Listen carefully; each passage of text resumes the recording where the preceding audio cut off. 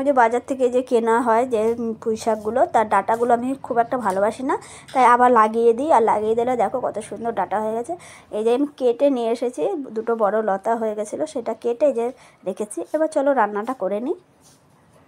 তো এই দেখো আমি রান্না বসিয়েও দিয়েছি। এর আগেও কিন্তু আমি অনেকবার এরকম করে খেয়ে দেখেছি, কোনো সার ছাড়া, খেতে কিন্তু খুবই ভালো, দারুণ হয়। তো অনেকে যে পুঁই শাকের ডাঁটাগুলো যে ফেলে দেয়, সেগুলো ফেলে না দিয়ে লাগিয়ে দিলে কিন্তু দেখো কত সুন্দর যে হয়েছে, সেটা আমি তোমাদের দেখালাম।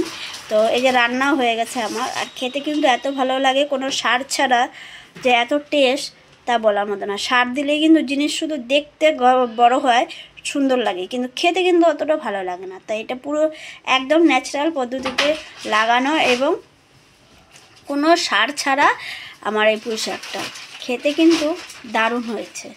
তো যদি ভিডিওটি ভালো লাগে একটি লাইক করো বন্ধুরা, কমেন্ট করো। এরকম আরও ভালো ভালো রেসিপি যদি পেতে চাও তাহলে আমার কমেন্ট বক্সে জানিও।